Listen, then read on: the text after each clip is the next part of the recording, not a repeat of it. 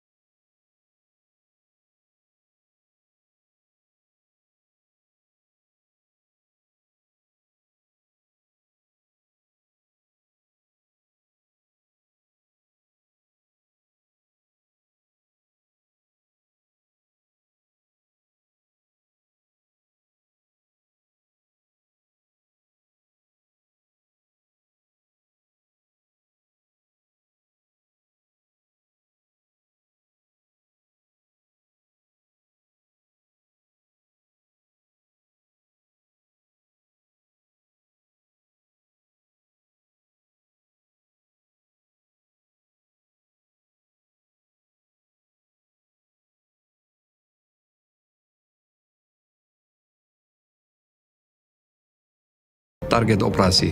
Umat Islam sebagai penduduk mayoritas di Indonesia, maka tidak bisa dipungkiri bahwa persatuan umat Islam adalah kunci utama stabilitas keamanan nasional. Dengan stabilitas keamanan, pemerintah bisa bekerja sebagaimana mestinya. Persatuan umat Islam adalah tonggak utama persatuan bagi seluruh bangsa Indonesia dengan segala ragam budaya, agama, ras. Persatuan umat Islam yang diantaranya aktif dilakukan oleh ormas-ormas Islam, salah satunya adalah Robito Alawiyah. Namun rupanya ada beberapa pihak yang memiliki tujuan negatif terhadap bangsa dan negara ini, yang merasa tidak nyaman dengan persatuan ini. Mereka ini kaum oligarki, orang-orang yang haus kekuasaan, koruptor, serta agen-agen Zionis. Mereka selalu mendesak agar Indonesia segera membuka hubungan diplomatik dengan Israel. Ada hal menarik 2 bulan sebelum isu nasab ini muncul. Robito Alawiyah yang dituduh ormas pemecah belah merilis video berikut ini.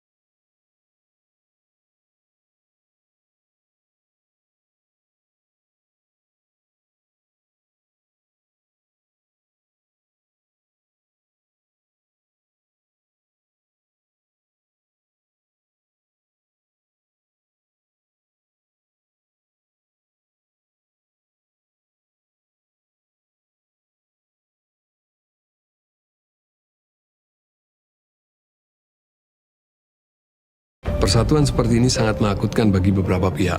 Kenapa? Beberapa analis politik baik dalam maupun luar negeri banyak membicarakan tentang Abraham Accords yang isinya sama sekali tidak menjamin kemerdekaan bangsa Palestina, melainkan hanya upaya agar membuka hubungan diplomatik dengan negara Zionis Israel. Yang ini mengantar kita untuk mengkhianati dan mengisolasi saudara-saudara kita Palestina. Atas dasar inilah dilakukan upaya memecah belah umat Islam, dilakukan upaya segregasi sosial berdasarkan kelompok, membangun dan mengentalkan sikap in-group out-group dalam masyarakat. Kalau kita melihat isu nasab yang awalnya dibungkus sebagai sebuah kajian ilmiah, tetapi ternyata itu semua hanya kedok. Sama sekali tidak ada ilmiahnya kecuali hanya pengaplikasian dari segregasi sosial. Kita melihat banyak sekali istilah-istilah julukan yang sengaja distigmakan kepada para habaib, kepada para Ba'alawi dan pecintanya.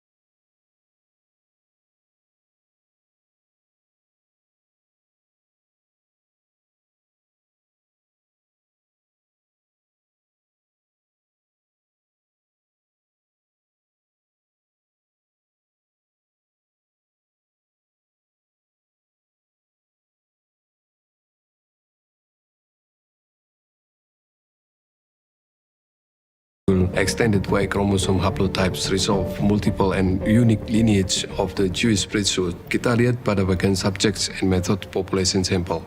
Di situ dijelaskan bahwa sampel ini melibatkan 3.674 orang, yang diantaranya untuk orang-orang Kohenim itu hanya sekitar 215 orang, dan itu diambil secara self-proclaim. Jadi para sukarelawan itu melaporkan dirinya sendiri, tanggal lahirnya, tanggal lahir orang tuanya, tanggal lahir kakeknya, tanggal lahir ayah dari kakeknya, dan mereka mendeskripsikan dirinya sendiri apakah mereka bagian dari Kohen atau Levi atau orang-orang Israel biasa. Dan bagi mereka yang tidak mengetahui posisi mereka di mana, di Kohen atau Levi atau Israel, mereka dikategorikan sebagai unknown atau tidak diketahui. Nah, dari 215 orang-orang Kohenim inilah ternyata secara statistik hanya 46,1% yang berada di haplogrup J1. Sisanya ada di banyak haplogrup. Ini yang oleh kelompok IS dipelintir, dijadikan bahwa haplogrup Nabi Ibrahim definitif adalah J1. Padahal ini semua tidak benar. Tujuan dari jurnal ini hanya untuk menunjukkan statistik orang-orang Yahudi, terutama orang-orang Kohen, Levi, dan orang-orang Israel biasa. Khusus untuk orang Kohen dan Levi, mereka menggunakan dua jalur, patrilineal dan matrilineal. Nah, mereka ini pengen tahu secara statistik patrilineal dari Kohen dan Levi ini berada di haplogrup apa aja. Dan yang terbesar secara statistik itu di J1, itu pun cuma 46,1%. Nah, bagaimana kita dipaksa harus membaca 46,1% itu sebagai 100%? Itu kan satu hal yang tidak masuk akal. Kalau kita baca metode pengambilan sampel ini tampak sangat lemah sekali pada metadata subjek yang diambil sampelnya. Subjek sampelnya semuanya self-claim, tidak melibatkan ahli genealogi, ahli sejarah, ahli antropologi, ahli sosiologi dalam memastikan bahwa yang diambil sampelnya ini adalah benar-benar Kohen dan silsilahnya valid hingga ke Nabi Ibrahim alaihissalam. Nah, mengenai tes DNA ancestry atau DNA nasab jauh, para ahli DNA telah banyak menolak tentang bisanya tes DNA digunakan untuk menentukan nasab jauh, bahkan hingga ribuan tahun. Dalam hal ini adalah nasab dari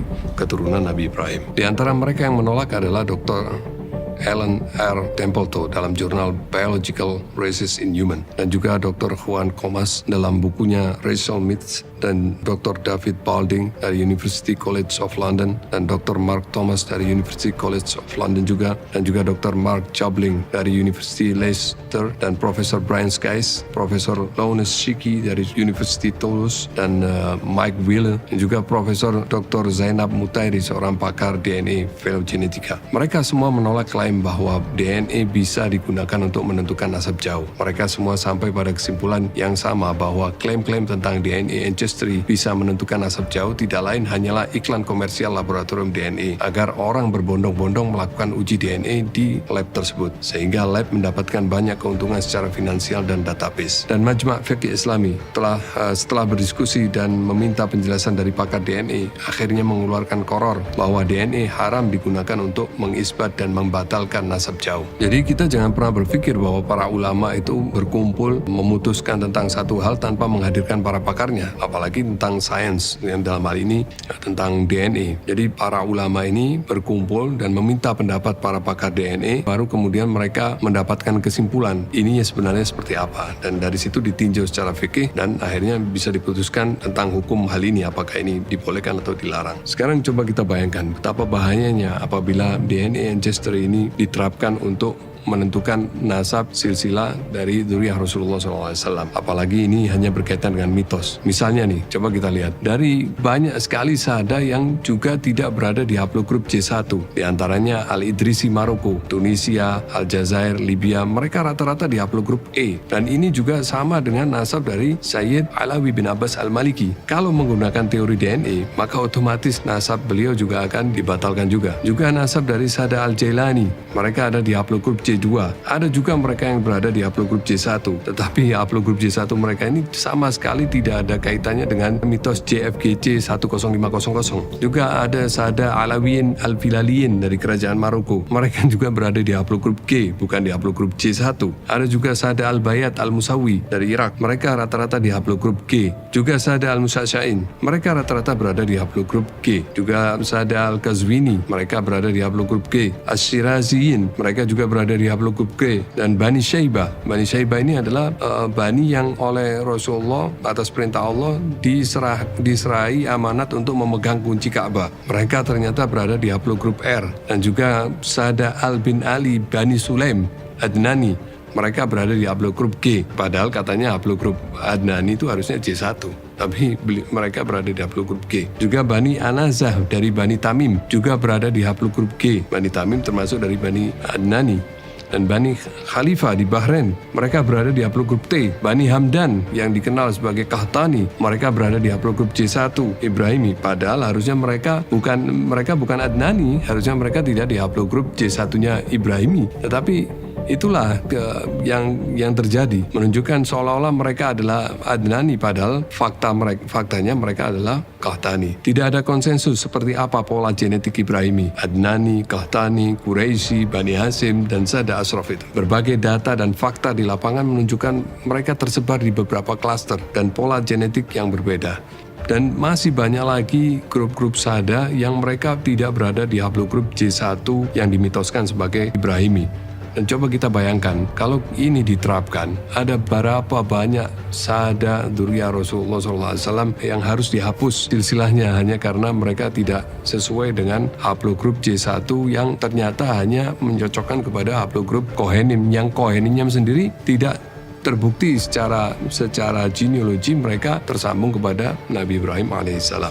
International Society of Genetic Genealogy atau disingkat ISOGG dalam websitenya menyebutkan tidak ada keturunan Abdul Muthalib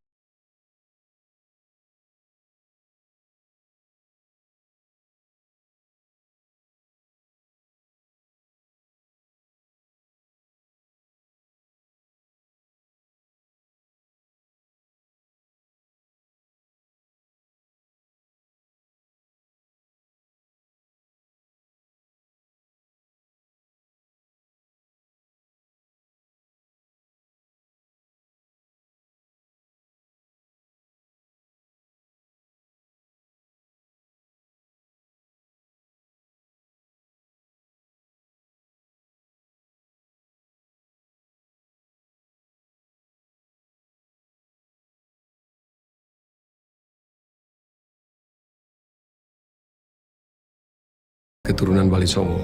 Sebelum tahun 2000-an, sebagaimana diungkapkan oleh Raden Ayu Linawati, antara Dzurriyyah Wali Songo dengan Habaib tidak ada masalah. Mereka sama-sama saling menghormati dan saling mengambil ilmu, saling guru berguru. Masalah baru timbul ketika segelintir orang memfitnah Robito Alawiyah tidak mengakui nasab Dzurriyyah Wali Songo.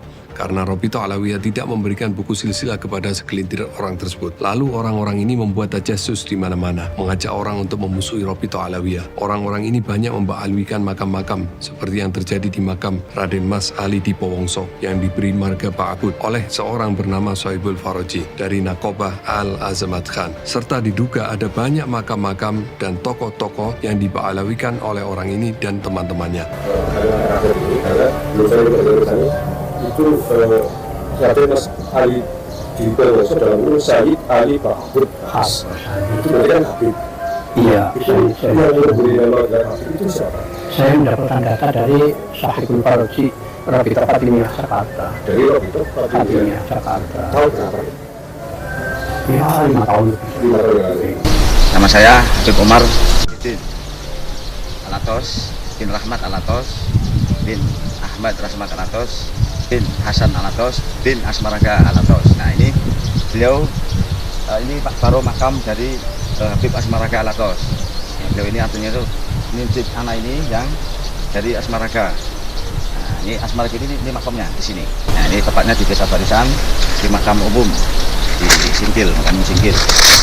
Nah ini setelah itu diselusuri dari diteliti dan ditasih sama lembaga Ashraf, Azamatron, Wahlul Bait Al-Alami. Juga makam-makam lain yang dibaalawikan oleh salah satu oknum anggota keluarganya sendiri, seperti yang terjadi di Madura yang misalnya diberi marga Asgaf, namun yang dijadikan kambing hitam justru Ba'alawi. Terkait misalnya ada oknum Ba'alawi yang membaalawikan makam atau tokoh pahlawan, Robito Alawiyah secara tegas telah menyampaikan bahwa Robito Alawiyah menyerahkan hal ini kepada pihak otoritatif untuk dilakukan penelitian, dan hal ini lebih relevan daripada sekedar membuat rumor di medsos yang tidak ada endingnya sehingga membuat orang menjadi bingung dan saling bermusuhan. Dan menurut Raden Ayuli Nawati yang seorang sejarawan dan ahli nasab Kesultanan Cirebon, bahwa Nakoba Al-Azmat Khan ini tidak hanya memberikan isbat nasab kepada keluarga Azmat Khan saja, tetapi memberikan isbat nasab kepada keluarga-keluarga yang lain seperti Al-Idrus, Al-Kaf, Asgaf, dan lain-lain. Sehingga otomatis orang yang diberikan isbat nasab sebagai Al-Idrus, Asgaf, mereka akan memberikan kakek moyangnya dengan marga leluhur, dengan marga Al-Idrus, Asgaf di batu nisannya dan lain-lain. Nah, ketika masalah ini mulai rame, yang dijadikan kambing hitam lagi-lagi adalah Robito Alawiyah. Seolah-olah Robito Alawiyah sedang berupaya untuk mengokupasi Indonesia dengan memba'alawikan makam-makam dan tokoh-tokoh sejarah. Padahal sebetulnya logikanya mudah sekali. Untuk apa Robito Alawiyah memba'alawikan makam-makam yang mana Robito Alawiyah tidak memiliki data apapun tentang orang itu? Apa sisi keuntungannya untuk Robito Alawiyah? Tuduhan bahwa Robito Alawiyah berusaha memba'alawikan Wali Songo dengan merujuk kepada sejarawan Belanda Van den Berg itu sama sekali tidak berdasar. Kenapa? Karena justru Wali Songo itu silsilahnya merujuk kepada Ba'alawi adalah dari bersumber kepada manuskrip-manuskrip yang ada di kesultanan-kesultanan yang ada di Nusantara. Salah satunya adalah satu manuskrip silsilah yang ada di Kesultanan Palembang, yang mana silsilah itu tertahun 1161 Hijriah, atau kalau dikonversi kepada Masehi itu 1748 Masehi. Sementara Van den Berg sendiri baru lahir pada tahun 1845 Masehi. Bagaimana mungkin silsilah yang lebih dulu ada daripada Van den Berg, lalu kita mengatakan bahwa Van den Berg lah sebagai rujukan kita, padahal silsilah itu ada hampir 1 abad sebelum Van den Berg lahir. Dan Wali Songo sebagai keturunan Ba'alawi justru didapat dari bukti manuskrip yang ada di Nusantara itu sendiri. Dan itu bukan bikinan Ba'alawi. Di antaranya seperti yang saya sebutkan tadi, silsilah nasab Kesultanan Palembang, yang di sana ada nasab Tuan Fakih Jalaluddin. Ini adalah manuskrip tahun 1161 Hijriah. Kemudian apa yang ada yang ditulis oleh Abu Fatoni Muhammad Irfan dalam bukunya yang berjudul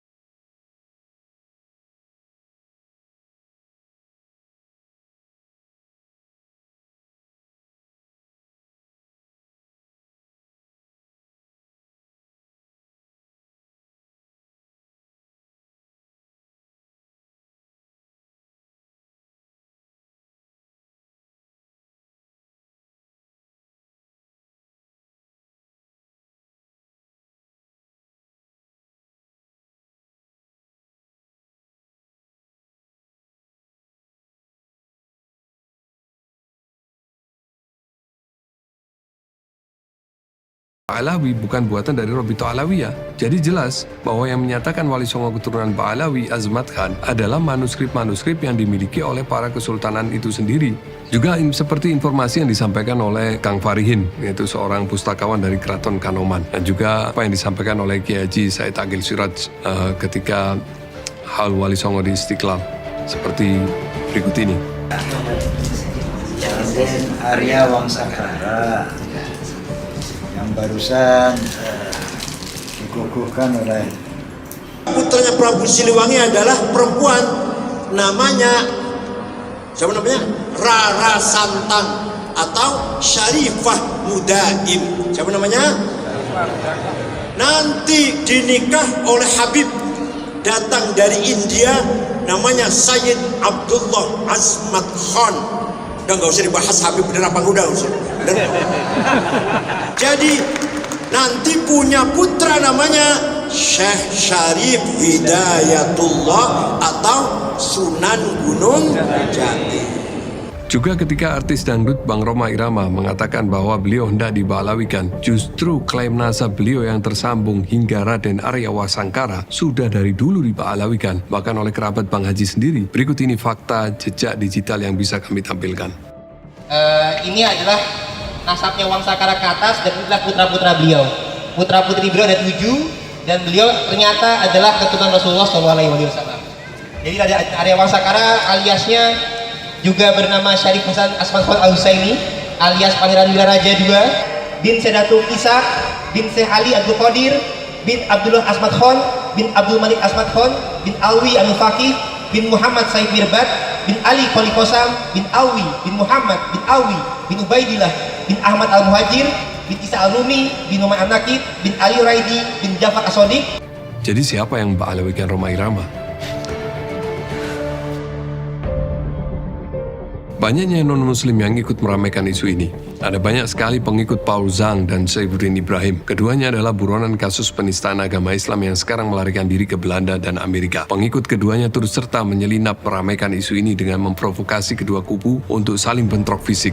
Nah, kita bisa menilai bagaimana mereka-mereka ini turut serta dalam isu ini. Apa sebetulnya kepentingan mereka? Apakah mereka tidak melihat celah untuk mengadu domba umat Islam di sini? Dan apakah mereka-mereka yang mendukung si IS ini tidak menyadari bahwa mereka ada dalam satu kubu dengan mereka-mereka ini seperti Paul Zhang, Saifuddin Ibrahim yang sudah diketahui oleh umum dan beritanya juga bisa diakses dengan mudah bagaimana kebencian mereka terhadap Islam. Apakah pengikut IS ini tidak menyadari bahwa mereka ada di jalan yang salah? Pengakuan nasab oleh buzzer-buzzer secara brutal dan marganya berubah-ubah. Yang mengherankan bagi mereka, marga itu seperti sementara saja. Beberapa kali mereka berubah-ubah. Dari mereka mengaku Azmat Khan, kemudian berubah menjadi Al-Kazimi, kemudian berubah lagi menjadi Al-Jailani. Ada juga yang dulunya Basaiban, kemudian menjadi Basaiban Al-Idrisi, kemudian berubah menjadi lagi As-Syaibani. Ada juga yang awalnya ngaku Al-Fasi,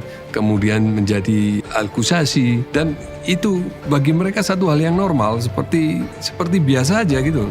Padahal itu berimplikasi mengaku kepada yang bukan leluhurnya. Lucunya, pemahaman tes DNA jarak jauh para pengadu domba. Coba perhatikan bagaimana di antara gerombolan mereka sendiri tidak paham betul apa yang mereka bicarakan. Yang penting masyarakat percaya, itu tujuannya. Makanya dari sini kita bisa menggunakan hukum fikih produksi NU tahun 2004 ya kalau nggak salah. Bahwa tes DNA itu tidak bisa dipakai menetapkan nasab, tapi bisa dipakai menolak nasab. Membatalkan nasab. Namun Kiai Fakhrul Razi yang menjadi saksi muktamar tersebut menjelaskan bahwa yang dimaksud adalah dengan orang tua langsung, bukan nenek moyang. Assalamualaikum, saya ingin beri satu informasi. Kebetulan saya hadir di Muktamar Sulu.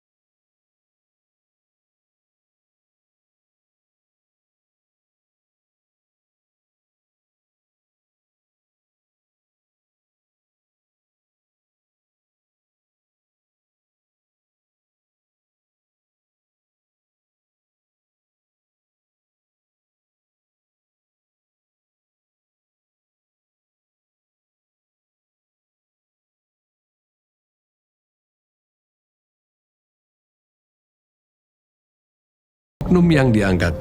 Cara paling efektif dalam menyerang suatu ras atau golongan adalah dengan mengangkat setinggi-tingginya perilaku oknum di dalam golongan tersebut dan menutup segala informasi tentang kebaikan dan kelebihan orang-orang pada ras tersebut. Sehingga sampel kecil ini akan menjadi citra dari keseluruhan ras atau golongan yang ditargetkan. Kisah keributan rumah tangga, kasus hukum, kata-kata kasar menjadi hal yang efektif di samping berusaha mencari ceramah-ceramah lama pada ulamanya dan dipotong-potong pendek untuk selanjutnya dilakukan framing. Kebohongan di balik kata ilmiah KIS, hal yang mungkin tidak diketahui oleh para pendukung KIS, adalah bahwa beliau selalu beberapa kali menggunakan nama tokoh-tokoh besar untuk menyerang Ba'alawi. Seperti ketika beliau mengatakan bahwa Sayyid Mahdi Rojai tidak mengakui nasab Ba'alawi. Karena yang diyakini oleh Syekh Mahdi Rojai sekarang ini, mereka bukan turunan Nabi, tapi al-muntasibati ila Ubaidillah bin Ahmad al-Muhajir. Turunan Ubaidillah. Turunan Ubaidillah, yakin la syakka wala syubhata, ini turunan Ubaidillah kata Syekh Mahdi Rojai, bukan turunan Rasulullah Muhammad sallallahu alaihi wasallam. Dan selanjutnya bahkan dibantah oleh Sayyid Mahdi Rojai dengan video secara langsung. کل حال به نظر من این شبهه‌ای که اینها میکنن در مسئله سیادت آل با علوی که اینها ماشاءالله انشعابات فراوانی هم هستن این سادات، به نظر من این شبهه خیلی شبهه نادرستیه.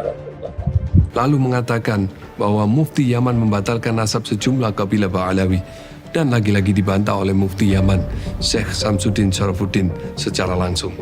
أنا عندكم مثلا يكذبون علي وأجدها فرصة للتبرؤ والإفصاح أنه ليس لي صفحة في الفيسبوك ولا في الواتساب ولا في التليجرام ولا في غيرها من مواقع الإنترنت على جهة الإطلاق، ويكذبون علي أن لي صفحة في الفيسبوك.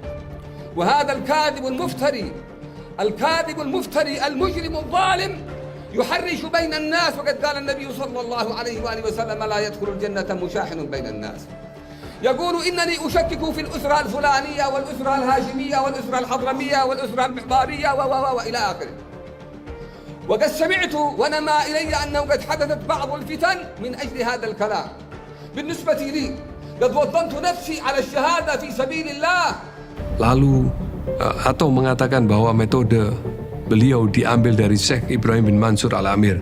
Manuskrip itu ditulis oleh Syekh Ibrahim bin Qasim Al-Amin yang disebut oleh Syekh Ibrahim Mansur sebagai nasabah muttafin ahli nasab yang kredibel dan membidangi.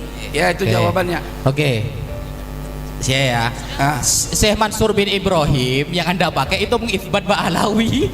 Kamu pakai metodenya, isbatnya agak dipakai. Lagi-lagi dibantah secara keras oleh ahli nasab asal Saudi Arabia tersebut. فلذلك مسألة أن أهل بعلوي أن جدهم فيه كلام أو ليس له ذكر، هذه شبهة باطلة. يعني أنا الآن لو أتيت بذكر لجدهم عبيد الله ابن أحمد المهاجر، لو أتيت بذكر له ليقولون طيب هات ابنه أيضا وهات ابنه أيضا ويتسلسل هذا لا يمكن أن تطبقه على كل الأنساب، وهذا من الجهل. لأنك لو أردت أن تطبق هذا الأمر وتقول أن لابد أن يكون للإنسان مصدر لكل رجل من آبائه لأبطلنا كل الأنساب تبطل بهذا الجهل المركب. ولذلك القائل بأن جد البعلوي ليس له ذكر وعلى ذلك يبطل النسب فكلامه يدل على جهله بأصول وقواعد هذه العلم. Bayangkan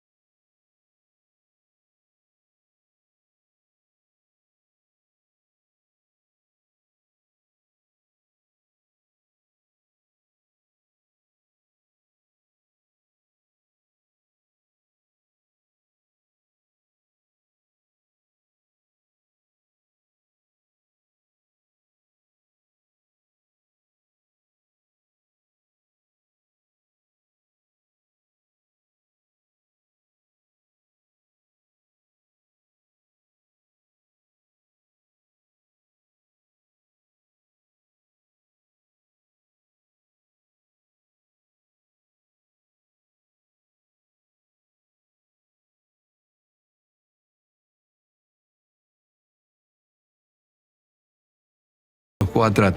Baru sekali ini ulama Indonesia disebut seperti itu. Padahal dulu kita mengenal ulama-ulama dunia mengakui kealiman ulama-ulama Nusantara seperti Syekh Nawawi Al-Bantani, Syekh At-Tirmasi, Syekh Yasin Al-Fadani, bahkan dijuluki sebagai musnidud dunya. Namun kali ini ada seorang dari Kresek mengaku sebagai ulama dan dijuluki sebagai orang yang berperilaku bodoh kuadrat. Akhirnya kita dikenang dengan kebodohannya, bukan keilmuannya. Lalu setelah semua ini, orang yang sudah terkena crop brain-nya akan tetap mendukung KIS dan justru mencaci para ahli nasab dunia tersebut. Ada video yang diframing sebagai ahli nasab Saudi, membatalkan nasab Ba'alawi karena DNA bukan berhaplogrup C1. Orang di video ini namanya Umar Zaid, bukan nakib, bukan ahli nasab, bukan ahli DNA. Dan itu di podcast pribadinya, dia adalah seorang Ada dua problem padanya, dan itu diadopsi oleh KIS. Yang pertama adalah DNA untuk isbat nasab jauh. Telah jelas, Majma' Fikih Islami atau Forum Ulama Fikih Dunia mengharamkan hal ini. Kemudian haplogrup C1 hanya mitos yang bersumber dari sampel Yahudi Cohen yang lemah secara metadata. Yang kedua, Nabi Ismail adalah Arab Musta'ribah, yaitu non-Arab yang berasimilasi dengan masyarakat Arab. Nabi Ismail sendiri adalah imigran yang akhirnya menetap di Mekah. Dan Nabi Ibrahim alaihissalam berasal dari Babilonia, wilayah geografis haplogrup G. Dan dia mengikuti pendapat Murad Syukri dan tidak hanya membatalkan nasab Ba'alawi, tapi nasab banyak keturunan Rasulullah lainnya, seperti Al-Ahdal dan Al-Jailani. Perilaku tidak wajar pembatal nasab Ba'alawi sangat umum di kalangan ahlu sunnah, membacakan kisah orang-orang soleh terdahulu yang diceritakan biografinya, keilmuannya, ibadahnya, lalu terakhir adalah karomahnya. Banyak orang yang langsung memotong kisah karomah tanpa mempelajari biografi, sejarah, keilmuan, dan ibadah orang yang diceritakan. Di samping ini menjadi teguran bagi para habaib untuk tidak bercerita karomah-karomah seperti ini apalagi di hadapan orang-orang awam. Hal ini rentan menjadikan masyarakat menafikan adanya karomah para orang-orang soleh. Namun jika menceritakan karomah para wali terdahulu dianggap sebagai khurafat, tunggu sampai Anda melihat khurafat-khurafat para pembatal nasab Ba'alawi ini. Putra-putri dari Mbah Dalwartono masih hidup, yang sejak bayi itu diasuh oleh Mbah Nabi Khidir dan terkonfirmasi secara akademis, secara intelektual, itu bilang, Kiai Fuad kudu ngundang Mas Ganjar. Nek ora iki aku khawatir kalah. Lho kok gitu bunyi? Iki sing dawuh Mbah Nabi Khidir. Sinten sing Bu Nyai Nur Watu Congo. Oh. Jadi itu sufi enggak bisa dijangkau lah itu. Karena jadi nanti beliau nanti Pak Ganjar bisa konfirmasi.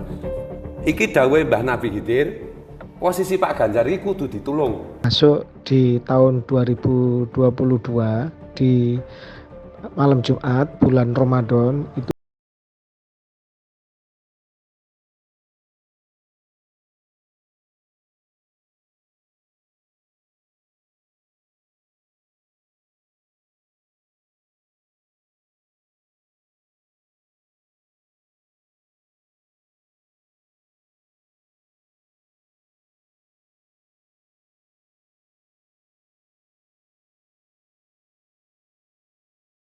sedang diadili. Terus saya berjalan memutar rumah joglo besar itu tua, ya kan.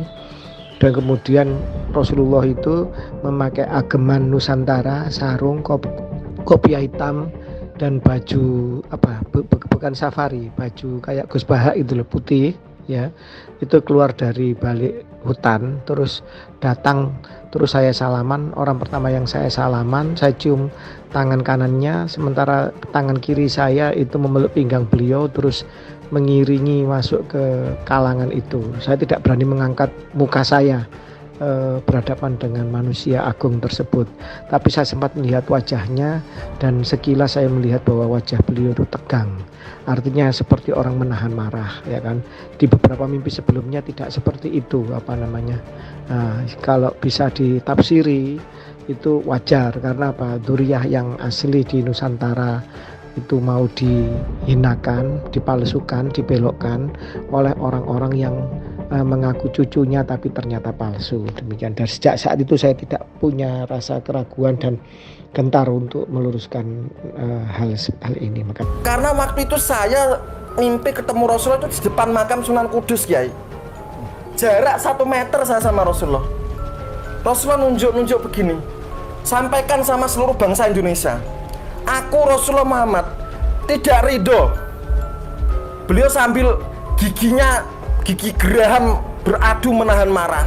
Tangan sebelah kiri terkepal karena menahan marah, bukan melampiaskan tapi ditahan. Aku sambil nunjuk dadanya gini, Kiai, aku Rasulullah Muhammad tidak ridho, aku Rasulullah Muhammad murka, aku Rasulullah Muhammad benci terhadap orang yang mengaku dzurriyyatku, keturunanku, mengaku nasabku, mengambil silsilah nasabku, digunakan untuk menginjak umatku, menghina umatku, memeras darah dan keringat. Kemudian Rasulullah mengatakan, buka Sahih Muslim. Jibril, turunkan uang. Ya Rob. Masjid ini. Masjid Karuhun, Masjid Kolok. Masjid tua. Turunkan rahmatmu. Amin ya Allah.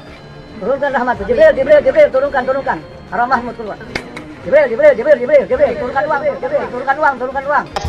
Mohon izinnya, saya akan bernarasi bahwa sebenarnya kalian semua warga bumi Nusantara ini sedang kena prank oleh Mama Hufron. Mama Hufron seorang pemimpin besar, seorang tokoh spiritualis yang rela menjadikan dirinya menjadi tumbal bagi Pancasila di Nusantara.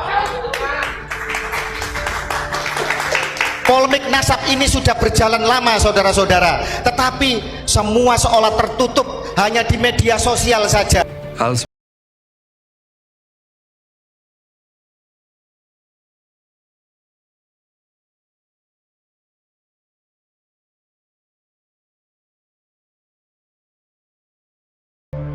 Filologi dalam ilmu nasab.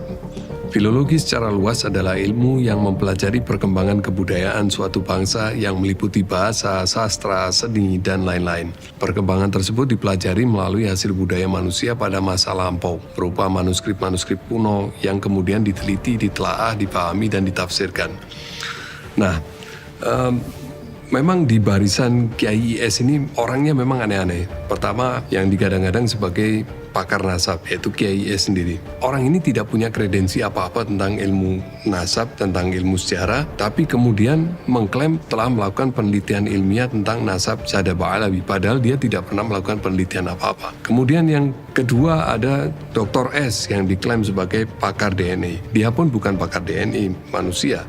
Dia pun juga tidak pernah melakukan penelitian apa-apa. Dia cuma mengambil raw data dari web laboratorium DNA, kemudian dipindah ke file Excel-nya, lalu dia klaim bahwa dia melakukan penelitian tentang DNA Ba'alawi. Tapi metode yang dipakai apa nggak jelas. Apakah itu metode statistik atau apa. Yang jelas dia tidak pernah melakukan penelitian apa-apa. Dan yang terakhir adalah yang digadang-gadang sebagai pakar filologi, yang kemudian menyimpulkan bahwa tidak ada bukti sejarah bahwa nasab Ba'alawi itu tersambung kepada Rasulullah dan lain-lain. Bahkan menuduh Imam Ubaidillah ini anak pungut, anak angkat atau anak orang lain, atau tokoh fiktif bahkan. Padahal dia sendiri tidak pernah melakukan penelitian apa-apa, tidak pernah ke Hadramut, tidak pernah meneliti bukti-bukti sejarah, arkeologi, atau manuskrip. Bahkan menyentuh manuskrip pun nggak pernah, apalagi melakukan uji karbon. Kalau dia berkesimpulan dia telah melakukan penelitian dan kemudian dia menyimpulkan bahwa nasab Ba'alawi itu memang tidak tersambung secara filologi dan tidak ada bukti eksternal yang mengkonfirmasi adanya Sadah Ba'alawi. Apa bukti dia telah melakukan penelitian? Sejauh mana penelitiannya? Mana bukti dia pernah ke Hadramut kayak misalnya? Atau dia meneliti manuskrip-manuskrip yang ada di Hadramut, melakukan uji karbon terhadap manuskrip-manuskrip itu? Sejauh mana dia melanglang buana mencari